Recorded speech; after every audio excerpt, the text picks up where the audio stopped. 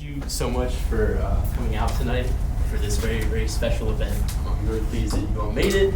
We have a really, really unique event going on tonight. My name is Eris Dessel. I'm the Community Engagement Coordinator for the Chicago Philharmonic. And this panel discussion is in advance of our concert featuring Kishi Bashi, his improvisations on EO9066. Before we start, I just want to take some time to thank a couple of people who have made this possible, including Wintrust Bank, Hannah Staniszewski, as well as Tatsu and Lori for donating their time and artistry to this event, and the Japanese American Service Committee and Japanese American Historical Society for providing us with vital educational resources and connections to the community. Just to give everyone kind of a sense of the flow of this event, because it's a little different than things we've usually done, we're kind of going to have a conversation intertwined with all this wonderful music that Tatsu and Kei have brought, so that's kind of all going to be woven together over the night. And before we start, I just want to introduce our panelists to you. Kishi Bashi is the pseudonym of singer, multi-instrumentalist, and songwriter Kaoru Ishibashi. Born in Seattle, Washington, Ishibashi has recorded and toured internationally as a violinist with diverse artists, and more recently, the Athens, Georgia-based indie rock band of Montreal. He remains based in Athens. He released his album Omoyari, a Japanese word for the idea of creating compassion toward other people by thinking about them, in 2019, in support of his feature-length documentary Omoyari, a song film by Kishi Bashi, which explores minority identity and the incarceration of Japanese Americans in World War II. In March of 2022, the film officially premiered at the South by Southwest Film Festival. His Immigrant EP, released in 2021, serves as a time capsule of the 2020 tradition and a continuation of the concepts explored in Omoyari. So if we give a round of applause for him. We also have Tatsu Aoki, who's a leading advocate for the Asian American community, as well as a prolific composer, a performer of traditional and experimental music forms, a filmmaker, and an educator. He was born in 1958 and has performed since the 70s actively in Tokyo. In 1977 in Chicago, Aoki nurtured numerous cross-cultural collaborations through his work with Chicago icon Fred Anderson and other legendary musicians from the Association for the Advancement of Creative Musicians. Aoki is the founder and artistic director of the Chicago Asian American Jazz Festival and executive director of Asian Improv Arts Midwest, an Asian American cultural arts organization which seeks to advance the understanding of traditional arts and community, initiating programs such as the annual Asian American Jazz Festival and the yearly Tsukasa Taiko Legacy Program at the Museum of Contemporary Art. As a filmmaker, Aoki also teaches experimental film and art history at the School of the Art Institute. So let's give it up for Tatsu.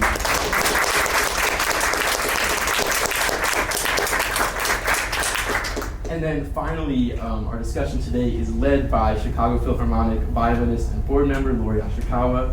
In addition to working with the Philharmonic, Ashikawa has performed with the Joffrey Ballet, Chicago Opera Theater, Music of the Baroque, Chicago Symphony, Fulcrum Point New Music Project, and the Goodman Steppenwolf Theaters. She also specializes in historical performance and performs on Baroque violin with the Haymarket Opera Company, Third Coast Baroque, and Ars Antigua. In 2007, Ashikawa began studying shamisen with legendary jazz bassist Tatsu Aoki. Just a small housekeeping thing, because of the space we're in, if anyone has to use the bathroom, there are key cards you'll need to use. The key cards are right over there on that table. Make sure you grab either the men's or women's bathroom. They're on either side right here. If you'd like water or cookies, they're right there. I think that is everything, so I will hand things over to Lori and Tatsu and Kei to start off. Thank you. Thank you, guys. Thank you.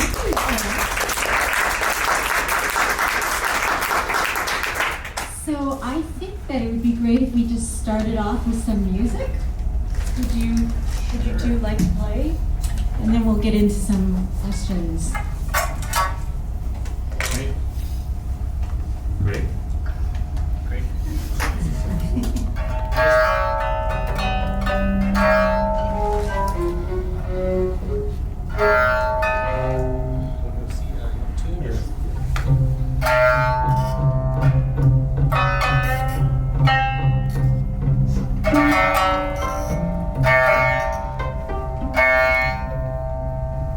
He asked us earlier if C or B was better, and I chose C.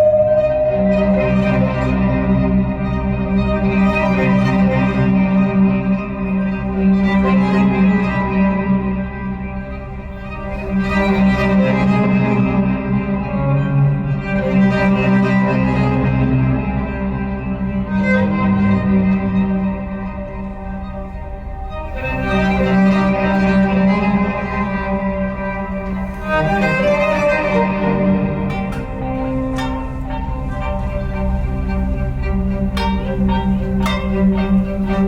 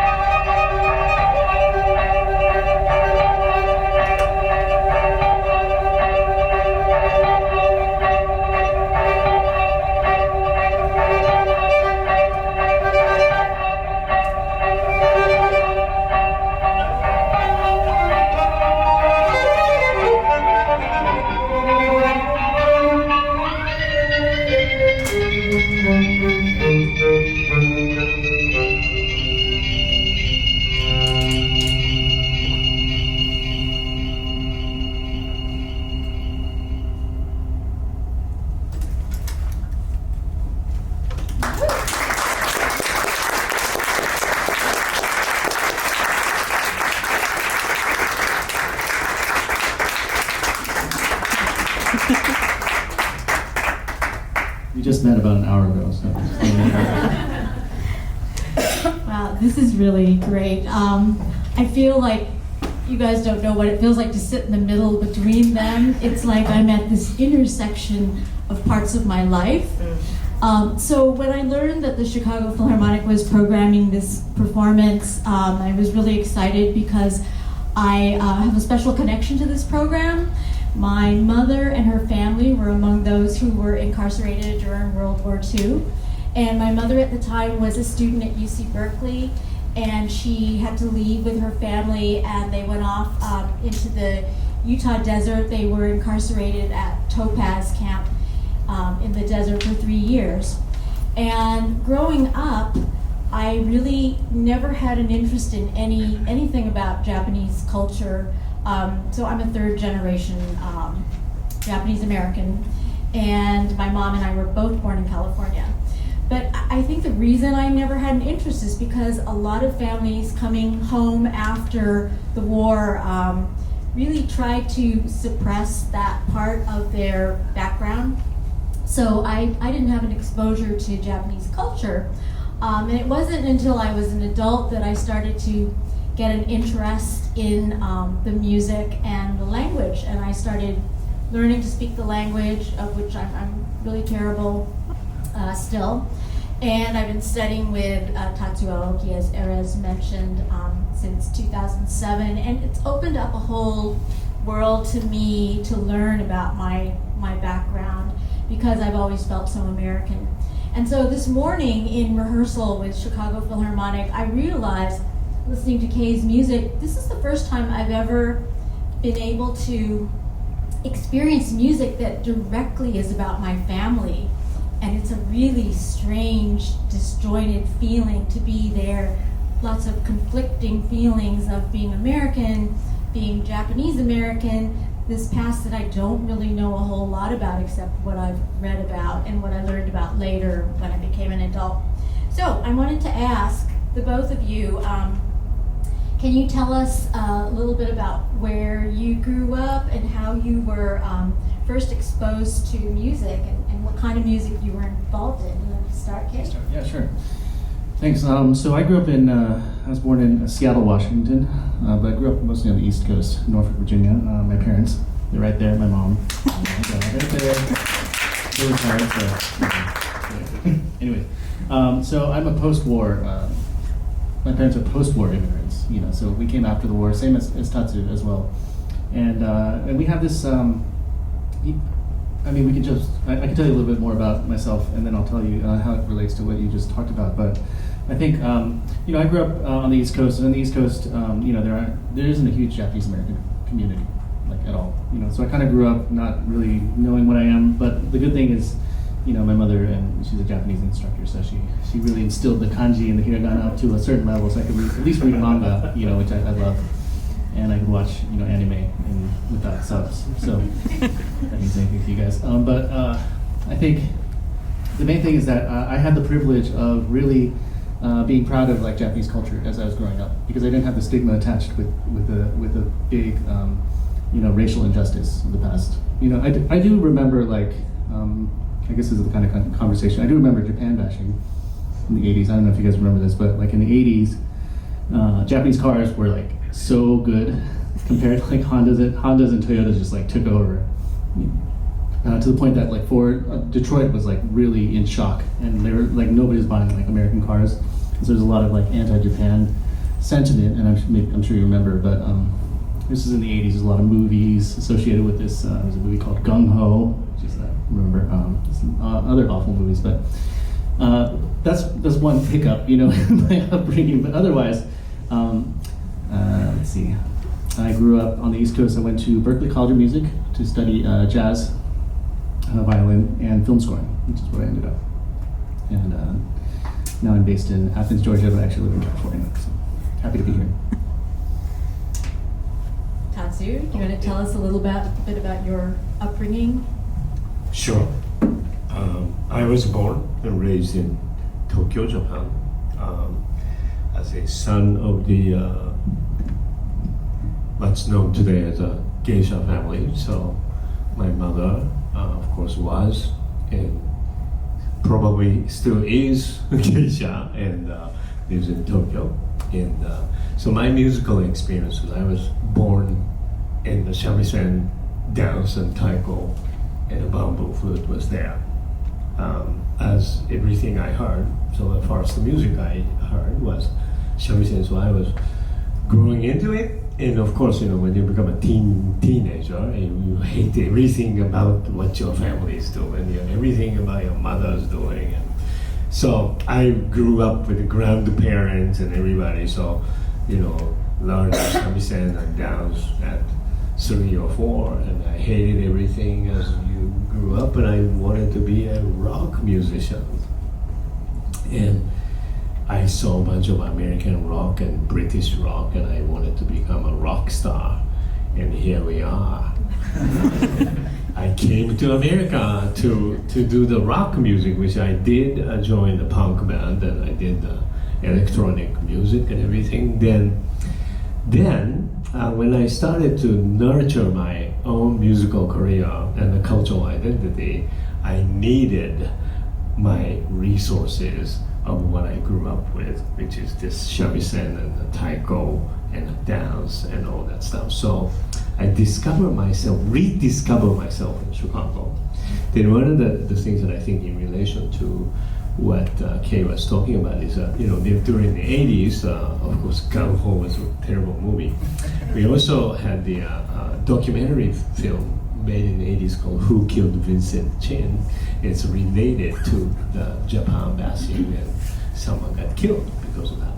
So my experience is very similar to Kay's, that my family, of course I'm a post-war immigrant, I came here in the 70s, but the Japanese new immigrant like us who decided to live here, we learned about the internment camp, we learn about the Nikkei community, and we learn about the Nisei, Sansei, and Yosei, and all that. That's a completely different culture from someone who came from Japan to be a rock star, right? So you learn about this, because when you're in Japan, nobody talks about the internment camp. Today, of course, is the time for us to be talking about the social justice, so we do talk about that. But when I came in the 70s, late 70s, nobody ever talked about Japanese internment camp. Unless otherwise you get to know the Japanese American, for me, so I come as a kind of a post-teenager, 20, 19, 18, so why don't I go to Ginza Festival and the Midwest Buddhist Temple? Why don't I go to Buddhist Temple to do the Bon or anything? Because there's no other place to do this stuff. So I go there, I talk to these people, I meet these wonderful people, I meet historians that studies about the Japanese American, legacy.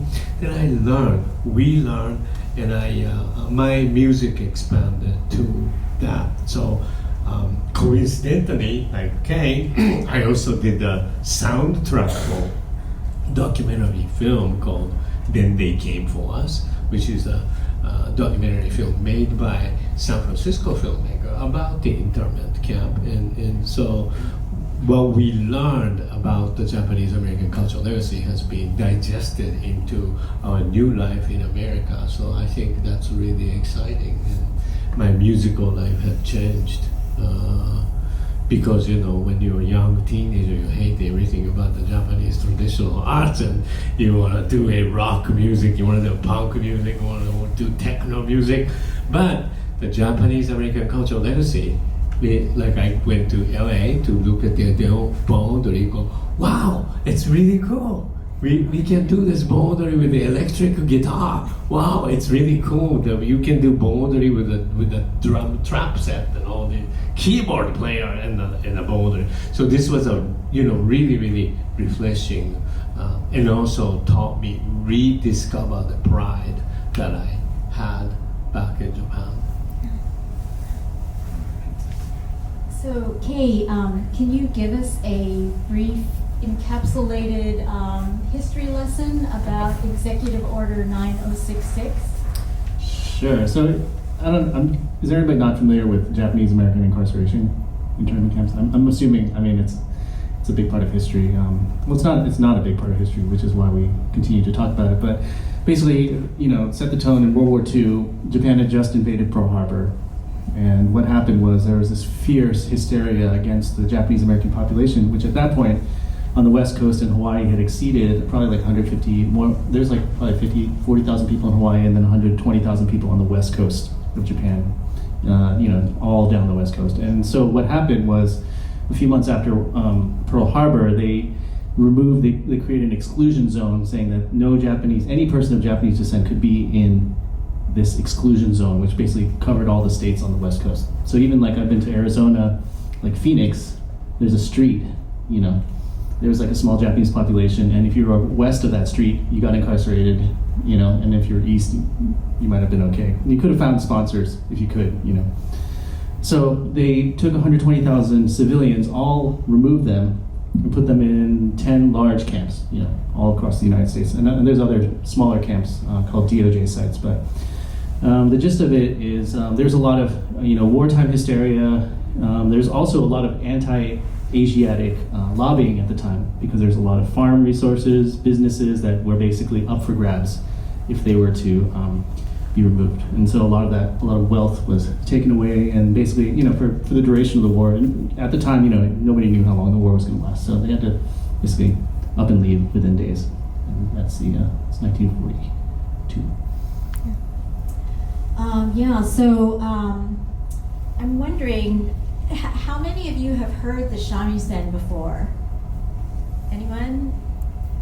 Okay, I would like them to do another improvisation, but I was wondering, Tatsu, can you talk a little bit about the instrument? Oh, yes. And maybe show folks. Show folks. Of course, this is my rock star shamisen, so it makes me fine. If I brought my real classical shamisen, it's a little bit different. I modernized this, so there's a crystal thing here. I also using my bachi, not wood, but the crystal. That's my rock star thing. And this one has preamp built into the body, but it should be hollow body. And you may not want to ask what kind of a skin we use for this. Human. Yeah. No. So the traditional shamisen, we use cat skin. And this is a dog skin. And recently we use kangaroos because there's an overpopulated kangaroo happening in a few years. So a lot of shamisen stores, they put the kangaroo. And of course this is wood. If I had a time I would do this, but it's really a 3 parts instrument. I can fold this into a small box, so when I tour, it's going to become like in a tiny box, it's like a clarinet, right? But due to the exotic, refined Japanese craftsmanship, you don't see any seams on this, and you would never imagine this is a 3-part, but if I go like this, it will become a 3 parts. And I tuned into C with K today. Traditional instruments, it doesn't matter what I tune to. That's the beauty of this. but the relationship with the strings is the same. So it's called the interval. So you can, like, if you're a piano player, you say like a fifth and fourth and sixth. That stays the same, but this basic tune, I tune it to C for him, with him. But if I play the classical Japanese music with my bamboo player, the bamboo changes the pitch all the time. So, I could be tuning into B or C or D. Kabuki people like to tune it to D because it's supposed to shoot out the theater. I grew up in a geisha house where they play,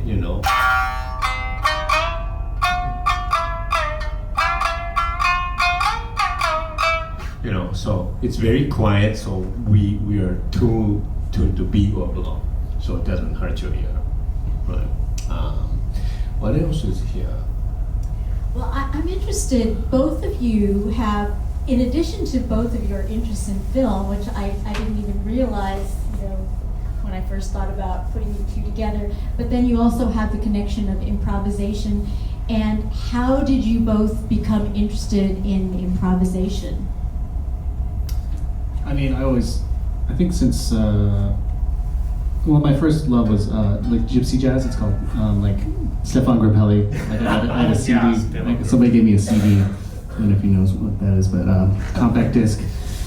Stefan Grappelli, who's a legendary jazz violinist, and actually at the end of when I went to Berkeley, I got to play with him before he passed away. But he's but I really got into jazz, and I don't know if you understand AACM, right? That's a big Chicago, like, if you think about Chicago's contribution to jazz, you've got like Louis Armstrong moved up here, and then there's Chicago blues evolved, but AACM is a huge contributor to. It's an Association for Advancement of Creative Musicians. That's AACM, and that's where I hang out. Yeah. Go ahead. No. So it's but I think I guess as a jazz musician, you kind of study improvisation. So it's the kind of thing where I listen to him, and it's very easy to communicate. And so we don't, there's a phrase ichigo ichie, which is something I really embrace in that one time, one meeting. This is something like I didn't want to work out anything because I thought it would be fresh and interesting and inspired if we just not work out anything and really, improvise together. Yeah, and one of the things I didn't know about traditional Japanese music when I started studying shamisen is there's a huge improvisation component to that. And Tatsu, maybe you can talk a little bit about how that came about. And right. What So, it is. So there is a scored music, like a Baroque, classical Baroque music, which you might see in Kabuki theater. They have to play the same music in the same way. They have to execute that because it's a theater, it's like an opera. Then the geisha music that I grew up with a offshoot of the at the time it was called mainstream classical versus geisha music. So geisha music rendition of what was going on in the Kabuki theater, but they would bring it to the house and they play it as they hear it. Right, so then then the quiet part of the music it's not gonna happen in the geisha house because your customer wants to party. So we juice it up and jazz it up, right? So what I would listen to in the Kabuki theater with my grandmother, and I come home and I'd be hearing the same song, but it's in a very, very different way that the same songs are played. And my grandmother, my mother, and everybody else is improvising on this thing. So they're playing the notes and playing the licks and playing the patterns that was not there in the original. Let alone the customer will listen to some popular song in the radio and say, "Can you guys play that?" Then you're gonna have to figure out how to play this stuff. So that was my education. Of course, the way we learn the taiko drumming and the dance and the shamisen is you learn it by watching them. You learn it by listening to them. So there's no written music, and So can I ask a question? So is it like a popular song in like a big kabuki show, and then like a big popular song and like they want you to play that, or is it like enka songs like that? We do both. Oh. Yeah. So you gotta play enka song. The customer wants to sing enka song. Yeah. So you gotta figure out how to play that. And usually, Oba-chan, the grandmother, the head of the family, she knows everything. So you go out there and look at how she plays, and you go to the, I was very little, so I had a different duty at the geisha house. My duty was to do this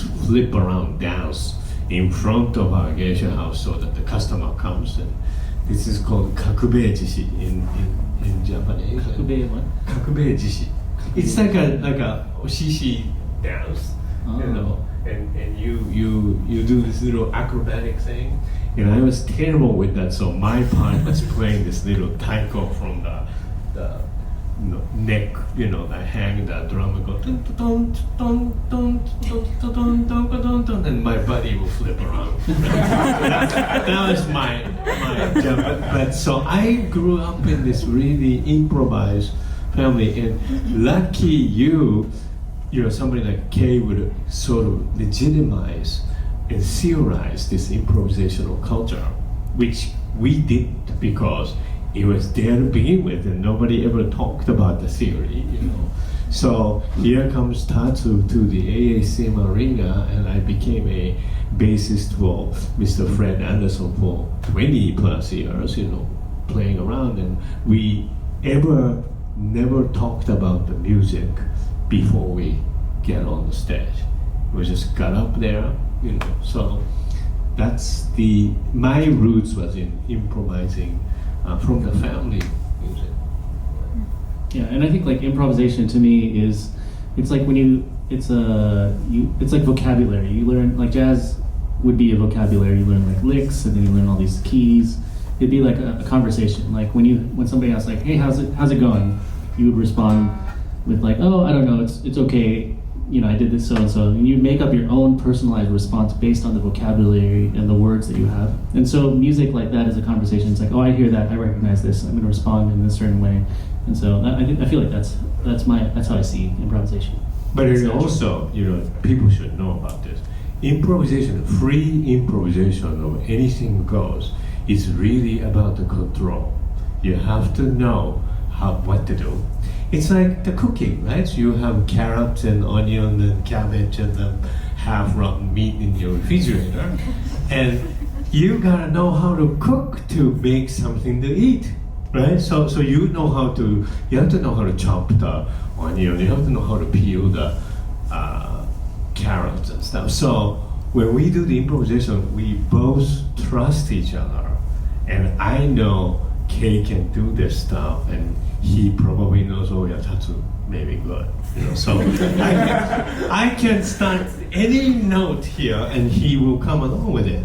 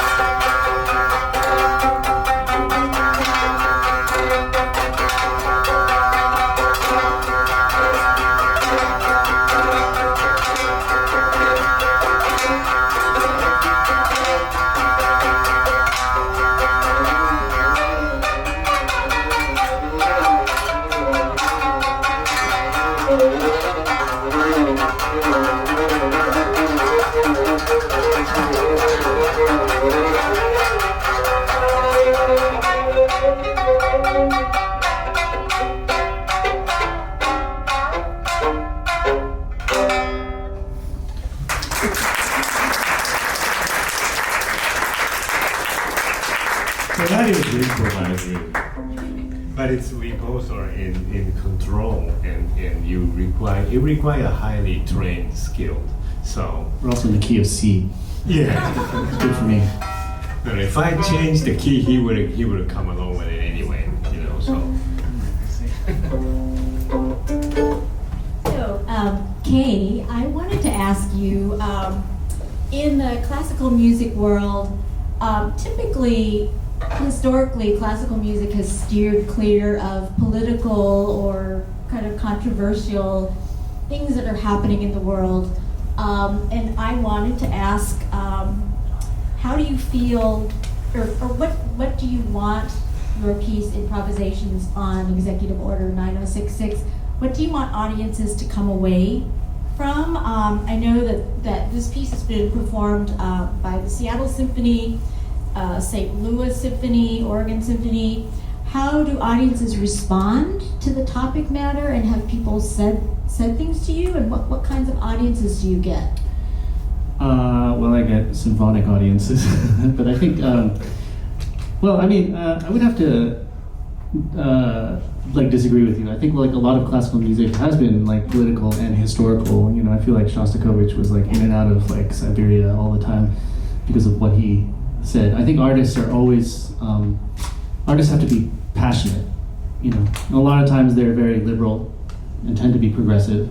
You know, and so I think in order to be inspired, you have to kind of dig into what you believe in. And so I feel like for me, this piece was appropriate for the time. Like I wouldn't have been able to write this. I wouldn't have felt comfortable like 10 years ago writing something like this. I think the political climate, not the political climate, but the climate of America is in such a way that I feel I can present a piece like this and not be ostracized or not be ignored. You know, and I think the time is right. Enough people in America are willing to listen to the minority identity and kind of value the contribution of a diverse society. You know, and so I've gotten really positive, feedback on it. So I'm very lucky. And I'm sure there's a lot of people who did not, who struggled all their lives. You're absolutely right. There is a history in classical music. Mozart, in writing the Marriage of Figaro opera, that was all about the aristocracy and a comment on society and the divisions in society. So I'm wrong. But I wanted to point out that when this program came together, I was personally I was struggling with the connection between your music and then my experience of traditional Japanese music. And I for some reason, personally, I was having trouble thinking how are these connected? And I think it's because my whole life I've been dealing with this idea of breaking down stereotypes and growing up not wanting to be a stereotype of maybe what I look like on the outside. So I wanted to ask Tatsu, growing up in a geisha household, what kinds of stereotypes do you think that Americans have of geisha, and do you try to break those down, or what do you say to people who have these stereotypes? I think it's more of a misinterpretation of what this culture is. And I think one of the culture that we don't have anymore, especially in America, is the culture of mistresses. And this is not really common in the Western culture, but in the geisha culture, it is a very common thing, and it's understood. It's kind of like a Hollywood. If you look at Hollywood, there's a lot of kind of a strange relationship between all these actors and actresses and blah blah. So that can you define mistress? What do you? That means you have a family, and you have a family with the kids and everything else, like normal family. Then you also go to the geisha house, and you could have a romantic relationship with the geisha house, right? So the stereotype is this: geisha, that may be prostitution, right? But it's not. It is a refined romance that's being given to people. That it's a little bit difficult to explain this, but that's what it is, because you have to be trained to entertain people. You have to sing, you have to dance, you have to play the music. And you could have a romantic relationship with that particular geisha lady, but you do have the family. So it's kind of like, I love to watch WWE female wrestlers. So that's kind of, I have a family and the kids, but I also watch the wrestling. Oh my God. And it was allowed in the old days, right? Like if you look at, so I think you have to understand this whole East Asian culture that was sort of underlaid in there. So that was the difficult part of me in battling with the stereotype, right?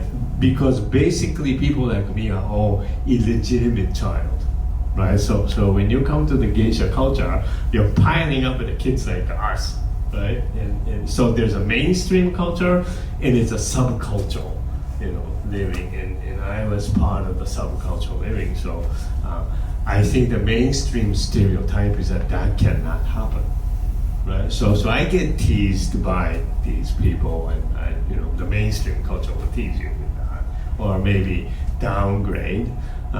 So today, geisha music and geisha everything is so cool. But when I grew up, that was not cool, right? As much as the playing traditional shamisen was not cool when I was a teenager, right? I was like, oh my God, why don't you play rock music? Okay, do you want to say something? That's an incredible story. Yeah. What did you think of the book Memoirs of Geisha? Did you ever read that one? Oh my God. Well, I think all I can say about this, I got a lot of gig out of that movie because museums and theater invited me to talk about what it's like to be growing up in a real geisha house. I mean, was it kind of rough? Was it rough at times? Yeah. Dangerous. Yeah. Well, it was not dangerous. It's just it's a very different, My famous childhood story is this: I was walking down home from my buddy when I was in elementary school. I asked my buddy, so how many fathers do you have? And this was because in my culture there wasn't only one father. We had a different kind of a father, and so when you grew up with this, it becomes a normal thing, right? So it was normal for me to have a different kind of daddy come in different parts of the week, and I didn't know the ordinary family had one father. I do have ordinary family today, folks. I have 3 kids and 1 wife. That's what I got. So thank you, Tatsu. I always wanted to ask you that question. So going back to improvisations on Executive Order 9066, I just wanted you probably all know this, but there's a really special connection of this piece to Chicago, and that is because after the war, a lot of folks who had been incarcerated came to the Midwest, and Chicago was one of the largest cities of people, because a lot of people weren't allowed to go back right away to the West Coast. And so a community developed here in Chicago, in certain parts of Chicago, only because, as we know, there was, if you were African American, you weren't allowed to live in certain parts of the city. You had to stay within these certain areas. And a lot of Japanese Americans were, they went to live in those same areas. But one of the things that happened after the war was there was a movement to get reparations for Japanese Americans, and it went on for years and years until in the 1980s, the Japanese American community finally did get reparations, and as a result of that, a lot of the Black reparations movement, I think it was John Conyers, Congressman, he took the model of Japanese American, the reparations movement, and he started trying to get this HR 40 passed And it went on. He reintroduced this bill every year for from the time he introduced it, I think, which was like 1989 or something, and he reintroduced it for 30 years, and it never made it past his introducing this in Congress. But what is happening now is there is more of a movement where Japanese Americans are joining to try to get Black reparations to move forward. And Evanston is the first city in the country that has enacted a sort of a small reparations movement to help people who lived in this certain part of Evanston where Black Americans were kept within this small area. So Kay, I'm just wondering, in your piece, what would you like people to come away with as you travel around the country and do this piece? Are you thinking of these movements for social justice that are happening all across the country? In my piece is more general. It's only 26 minutes long, and it's mostly music. So I think a lot of it has to do with understanding the history, and then kind of being inspired by the resiliency of these communities, and also how we can take that with us, as modern human beings. I also finished this movie, just finally finished the movie. I premiered a movie last year called Omoyari, a song film. We premiered at South by Southwest, and then we actually got bought. So it'll be in a major streaming platform at the end of the year. Can't tell you yet, but it will be. Thanks. We just finished re-editing the movie. It's about 20 minutes shorter, more concise. And Chicago does have an element in there because there's a story about assimilation. Chicago. It's not like they just Chicago was chosen as a city, for relocation, and they took the most the eager candidates, the candidates that were willing to assimilate, to become Christian, speak English only, not congregate, and so it was like a test community for assimilation. And so I think, sorry, what was the question? I'm trying to think of. I was just wondering, what would you like audiences to take away, and are you thinking like broader about these? Yeah, and so like in the film, in my documentary film, which is about 70 minutes long, I cover a lot of these things about assimilation, about the changing paradigm of American culture. Talk about I work with Tsuru for Solidarity, which is a Japanese American it's an immigration detention abolition group, and this is a group that firmly believes that immigrants really should not be incarcerated like criminals, and so Tsuru for Solidarity is a Japanese American group, and kind of talking about how Japanese Americans are, I think I looked it up, like per capita we have a very high income, we're doing quite well as far as like median income goes, and although we have our own discriminations, here and there, as far as like we're doing far better than other marginalized communities in this country, and so I think it's extra important if we have those resources and that privilege to really help all these marginalized communities, just as we were discriminated like in the past, And I think that's the kind of lesson, is that just because you've, I guess Justina Marina told me this thing. He said there's a quote about, you could be either at the table or on the menu. And and a lot of times Japanese American has not, they've been on the menu for the longest time, and now we're at the table making things, even getting reparations. So maybe now that we're at the table, what can we do to bring other people along? Do we just sit at the table and eat from the menu, or do we help bring people along, maybe not even have a restaurant to begin with, Yeah, I personally think it's a responsibility, personally for myself, to continue to work on racial and social equity issues. So let's open it up for questions, and then after that, I'd love if you can close us out with another improvisation. Oh yeah, the Pokemon. I have a question for Kaoru-san. So, well, first of all, I think it's what he's doing is really important, because it's a reminder that the idea of standing up for racism and discrimination. It's really the problem that we face now, today. It's not the past issue. I mean, incarceration is one of the things that happened, one of the many things that happened in the past, and we kind of study about this, but the racism and discrimination, all of that stuff is really the present issue that we have. And works like this is gonna be, it's a great study and of the history, and also a reminder to us it's happening right now, today, so we have to do something about that, and it's really great to have them to do these shows. My question was not that one, but my question was, so you are highly trained, musician, and how to express this idea of executive order of work.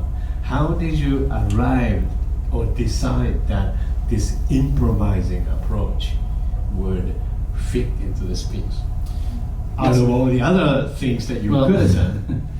Yeah, so my piece is, it's 6 movements, and half of them are improvisations. So that's the first thing I did, because I didn't know what to do, because I was commissioned to write this piece. I had this idea that I wanted to do music about this history, and so I went to the sites and I improvised, and then if anybody's coming to the concert tomorrow, I've got the video of me doing the improvisation and the orchestra plays below to the video part of it, and then but the other half was I was writing songs, and I write songs that are generally kind of fun, and like I write love songs, and when I first started looking at like civil rights and like this dark history, it was really easy to write really angular and aggressive and angry, distraught music, and I realized that that's really not my personality. And so what I instead focused on, and I have an album called Omoyari, which is based on this experience. 2 of the songs are in this piece that we're playing tomorrow, is that I was really inspired by the resiliency of these communities, in that how they could like heal and rebuild their communities, and then and live life again, like as best as they could at the time, and now even thrive, and then also to like really relate to the human beings inside. You're talking about like just a teenager, your grandmother, right, ripped out of college. You just go in college, study. My mother. Your mother. I'm sorry. I'm pretty old. No. So your mother's going to college studying, I don't know, what is she studying, psychology? I'm just guessing. Social welfare. She's studying social welfare, and then she's got a midterm, and maybe she's like met your dad or something, and then all of a sudden it's like next week, they're like, you gotta leave. They're removing all the Japanese Americans from the West Coast. And you kind of imagine that kind of situation, and what you can do is you can be distraught, and then you can really just make the best you can for your lives. You can protest, you can do it, but the most important thing is you have to live. And I think that's what really inspired me. Is I saw a lot of love, I saw a lot of loss, a lot of resilience, and a lot of forgiveness too. And I feel like that's really important to me, to see that we have the capacity to have compassion, empathy, and also to like forgive and to move on. And so that's how I approached the music. Any questions? How does emotion play into your improvisation? Does ever like how you're feeling emotionally play a part in it, or is it like, do you have an idea of how you want it to sound? I think it's always emotional. Always emotional. That you have to be able to express what you feel like through your instruments, and that's why we're pros. Pros and pros. I think it's like it's emotional, but sometimes other people talk about like flow state. So it's when you're just like driving and you don't think about anything. A lot of times it's just you're out of your body in your element, and you're really in a place that's really not transcending any like thought. Really, that's the way I feel like. Even when you're playing in a symphony, you're reading your music, you're not thinking, about what's for dinner. You're like, you're really present in the music. Well, actually, Maybe if you got some bars of rest, you could count 16 bars. It's easier in jazz. You can just count 16, 32 bars. Well, when you're not in the music, that could happen. but we try to be in the music all the time. But you know, we as a professional musician, that there are sometimes you're just not in the music. Then you would be thinking about the dinner and other things. I think a professional is that if you're not in the music, you can still sound like a professional. Because I could be playing the jazz song and watching the baseball game, looking at the score, and still playing the song. That means I'm not in the music. One thing, Lori. Maestro. Hi, I'm Scott with the Philharmonic, and first of all, I just want to express admiration for all three of you. I mean, I'm learning so much about two of you. But Lori, you guys should know, I've known for years, has been such an advocate for social justice on all fronts, and it just means so much to me that you put this together. Great questions.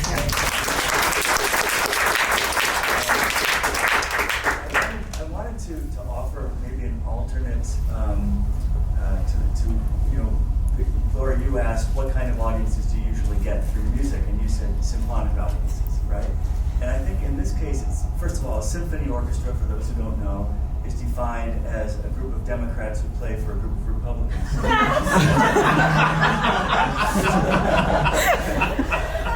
but in this particular case, we have, this is not just a symphonic concert. This is a Kishi Bashi concert, and it was, it's part of the Chicago Philharmonic season, but we built it early as improvisations on EO9066 and a concert of your music, and it sold out within days. So the people who are coming are Kishi Bashi fans for this concert. Yeah. It's not just a symphonic concert. Yeah. Okay?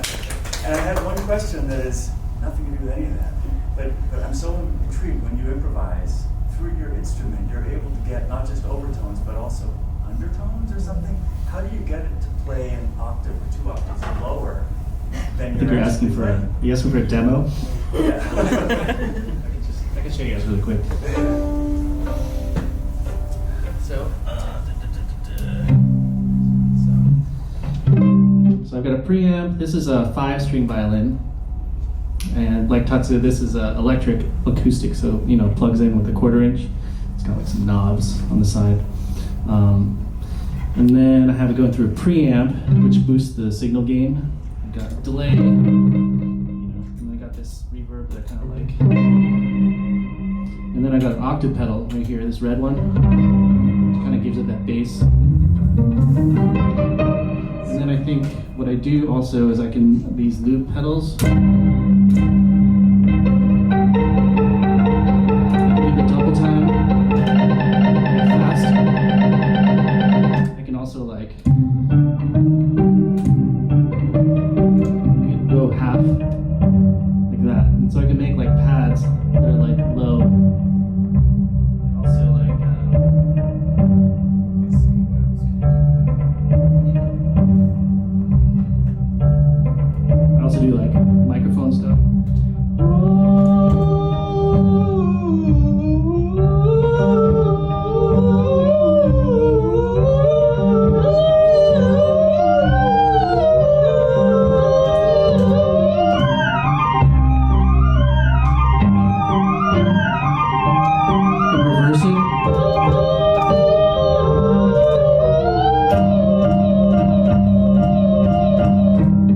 Stuff like that. So that's kind of cool.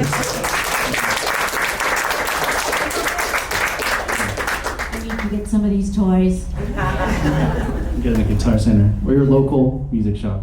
I have a collection from the 70s and 80s here.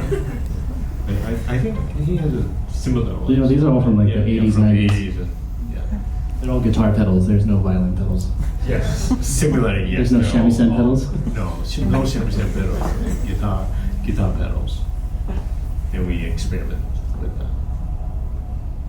Well, so before we hear one last improvisation, where can people, if you're not coming to the concert tomorrow, or if you want to keep following these two, what's the best way for folks to find what you're doing?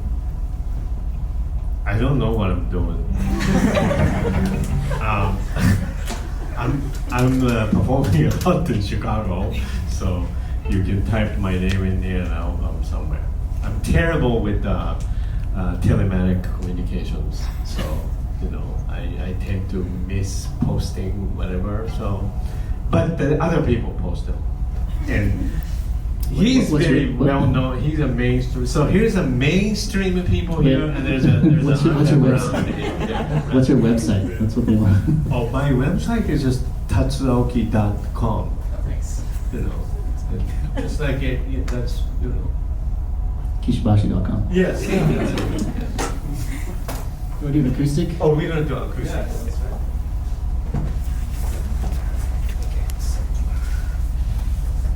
I've been playing with a Pokemon for many, many years.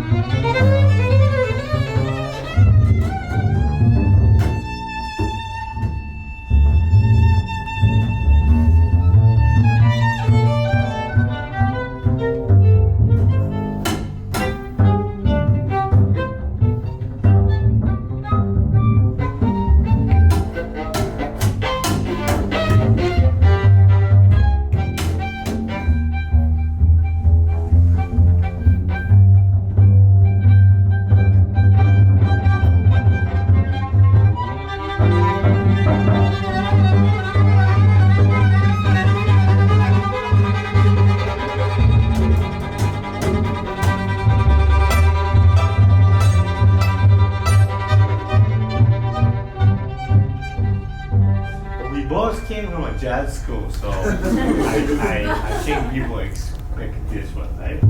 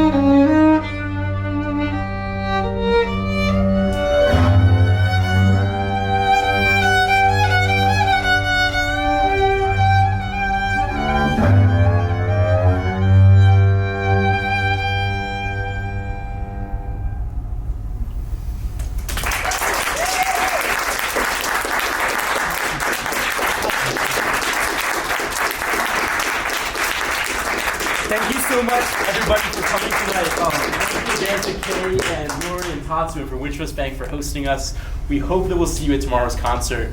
But if you can't make it to tomorrow's concert, because I know it's sold out, please take the time to check out Kay's music and Tatsu's music and some of the great organizations we have in Chicago, like the Japanese American Service Committee and the Japanese American Historical Society, to learn more about this history. And have a good night, everybody.